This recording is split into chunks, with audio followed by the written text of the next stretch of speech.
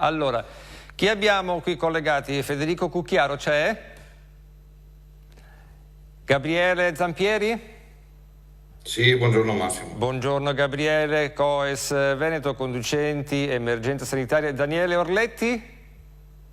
Sì, ci sono, buongiorno. Presidente nazionale, grazie Daniele. Partirei intanto, visto che abbiamo parlato anche di sanità e qui si parla di conducenti di ambulanze, partirei da Daniele Orletti. Daniele.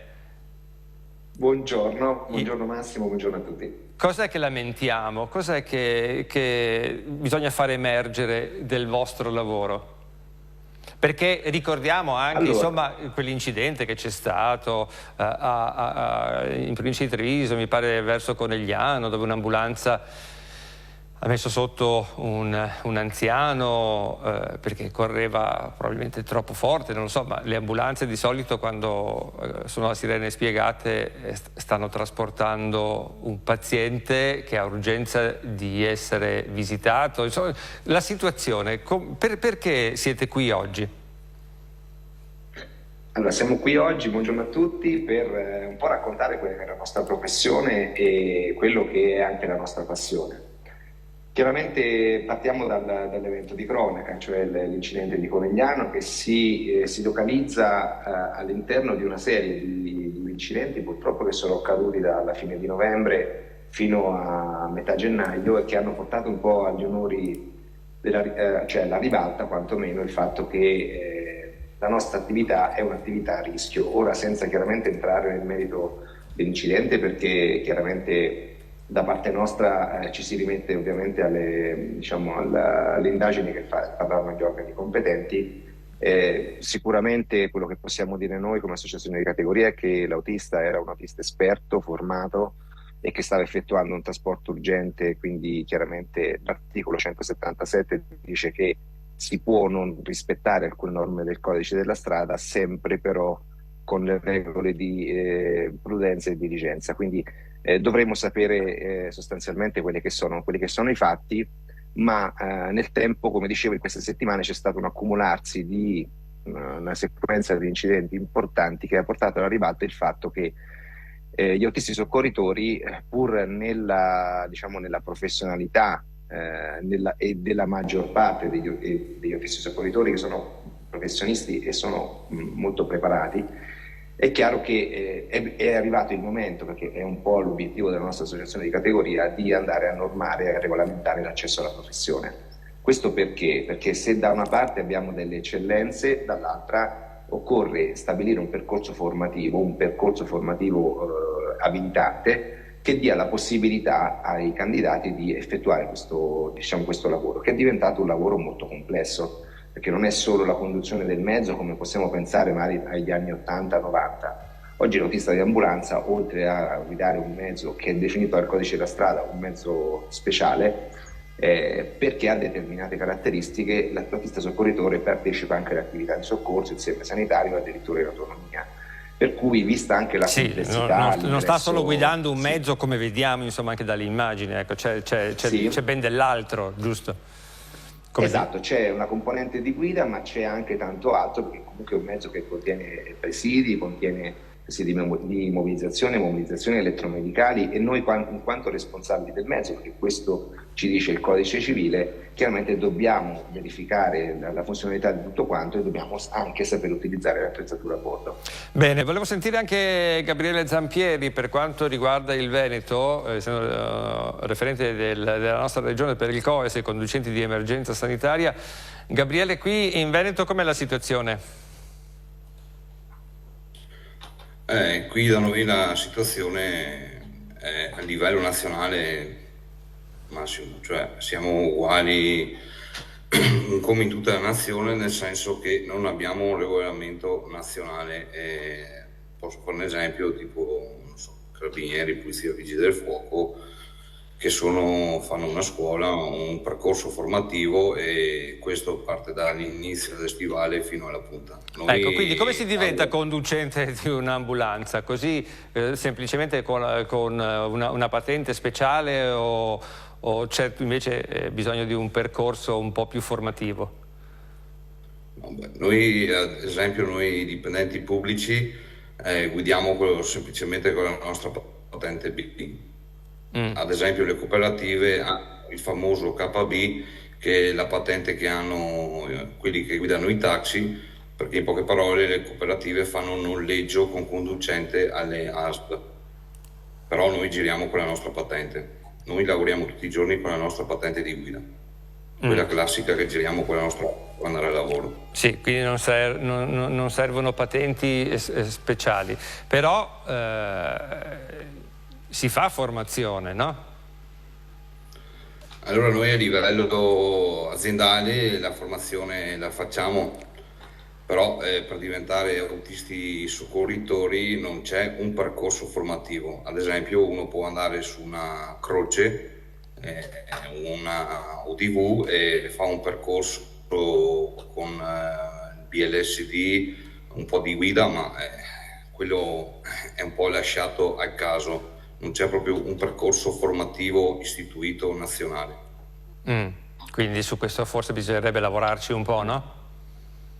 E questo è quello che COES Italia da moltissimi anni chiede, un percorso formativo come ha l'infermiere, come ha il medico, che fa una scuola di 8 anni e viene addestrato da personale pari che sa già fare il mestiere. Ok, Noi purtroppo ma questo più le vostre richieste vengono ascoltate o non c'è nessuno addirittura che vi risponde, come è successo nel caso prima della dottoressa Vaglio, o comunque se scrivi a un organo come l'ordine dei medici, l'ordine dei giornalisti, l'ordine degli avvocati, non ti risponde nessuno, a seconda dei casi.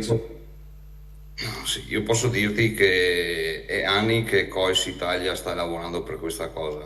Questa cosa, giustamente c'è anche il presidente nazionale Orletti che la sa meglio di me, che la vive tutti i giorni anche su tavoli istituzionali proprio. Orletti, Però ma fate la voce grossa ogni tanto o subite e basta?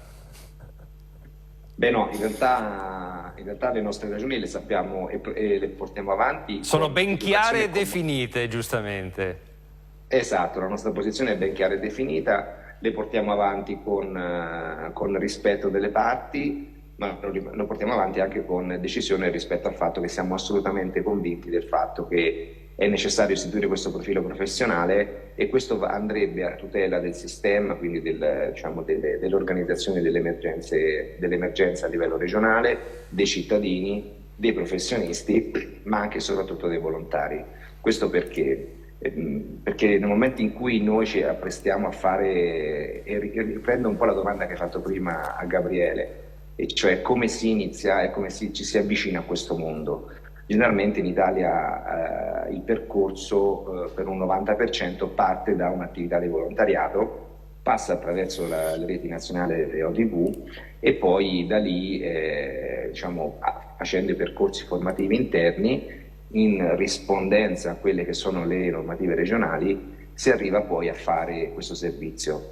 Ma nel momento in cui si fa tutti i giorni si acquisisce anche quella manualità e quella prontezza dei riflessi che ovviamente ogni professionista ha perché lo fa tutti i giorni e perché è preparato. Nel momento in cui lo si fa occasionalmente è chiaro che è lì che c'è bisogno di intervenire perché noi vediamo appunto questo percorso formativo abilitante come una tutela da parte di chi si appresta comunque a fare un servizio che ha delle ricadute, oltre che in termini di salute, anche di sicurezza stradale e di tutela del personale sanitario e di tutto quello che ruota intorno al mondo dell'emergenza. L'emergenza funziona quando ogni ingranaggio funziona perfettamente. Se si inceppa qualche ingranaggio all'interno della catena della sopravvivenza, quindi dalla richiesta dell'utente fino all'arrivo all'ospedale appropriato, se si inceppa qualcosa poi questo ha delle ricadute importanti. A livello istituzionale il COES è chiaramente presente, noi rappresentiamo la categoria, lo facciamo a livello parlamentare, quindi abbiamo fatto diverse audizioni nelle commissioni Senato o Camera, collaboriamo anche con i parlamentari del Senato e della Camera, delle commissioni, anche per apportare il nostro punto di vista rispetto ai disegni di legge e adesso invece è anche in piedi un percorso molto importante alla conferenza Stato-Regioni, perché la nostra professione, essendo una professione tecnica ma di interesse sanitario, è di competenza della conferenza, perché comunque sappiamo che con la riforma dell'articolo 5 della Costituzione le regioni gestiscono la sanità. E quindi all'interno di questa conferenza Stato-Regioni, e in particolare nella Commissione Salute, che è coordinata dall'assessore Donini, e in collaborazione e in stretto contatto con la Subarea, che è la commissione tecnica che risponde alla Commissione Salute, siamo riusciti, tutte le parti, quindi tutti, diciamo, quelli che possono essere gli interlocutori, dai professionisti alle reti del volontariato, a trovare sostanzialmente una quadra che raccoglie la stragrande maggioranza dei consensi su un profilo professionale che va proprio a toccare quei punti che ho appena elencato. E quindi stiamo in attesa di arrivare a una calendarizzazione presso la Commissione Salute Nazionale e lì chiaramente provare a smussare quelle che sono le, diciamo, differenze. Ma il dato importante e innovativo rispetto a quello che è accaduto negli anni precedenti è che noi oggi abbiamo sostanzialmente un impianto normativo che è condiviso, diciamo, dal 95% delle regioni e province autonome. E questo è un'occasione che non possiamo perdere, perché chiaramente dilazionare nel tempo questa normazione ci espone a dei rischi, perché noi sappiamo benissimo, per esempio, e faccio solo un esempio particolare, sì, è che negli incidenti stradali c'è una componente, diciamo, di fatalità e c'è una componente invece di fattore umano. Ecco, se noi ragioniamo in questi termini, abbiamo uno strumento che è quello della formazione costante e della verifica dei requisiti degli autisti, che ci permetterebbe di tener monitorato quantomeno il fatto che chi si appresta a fare questo lavoro sia assolutamente formato. E tra l'altro c'è una raccomandazione del Ministero, la 11 del 2010, che dice appunto questo, che mettendo in piedi percorsi di formazione e di formazione costante durante l'attività si può ridurre sensibilmente gli incidenti stradali dei mezzi di soccorso. Quindi questa, diciamo, è la nostra attività istituzionale a livello nazionale. Bene, sto pronto? Buongiorno, senta, io chiamo dall'Umbria, sono felice perché è verde, perché è bella. Sì. Volevo dire soltanto una cosa: a tutte queste persone che vengono in questa televisione a lamentarsi, ad accampare, tutti vogliono qualcosa, fino a ieri dove stavano nascosti, compresi i sindacati. Grazie e buongiorno. Buongiorno, non sono mai stati nascosti, hanno sempre lavorato, solo che magari qualcuno non gli ha mai dato lo spazio che meritavano, noi sì. Ho risposto per voi, Gabriele e Daniele, e anche Federico, ho risposto io per voi, ho risposto bene? Grazie Massimo. Assolutamente sì, Massimo. No, perché insomma, cioè, dove sono stati? Dove erano? Non è che erano a casa a farsi un caffè o cosa, lavorano, sanno quali sono i problemi, si espongono, ma nessuno gli dà voce.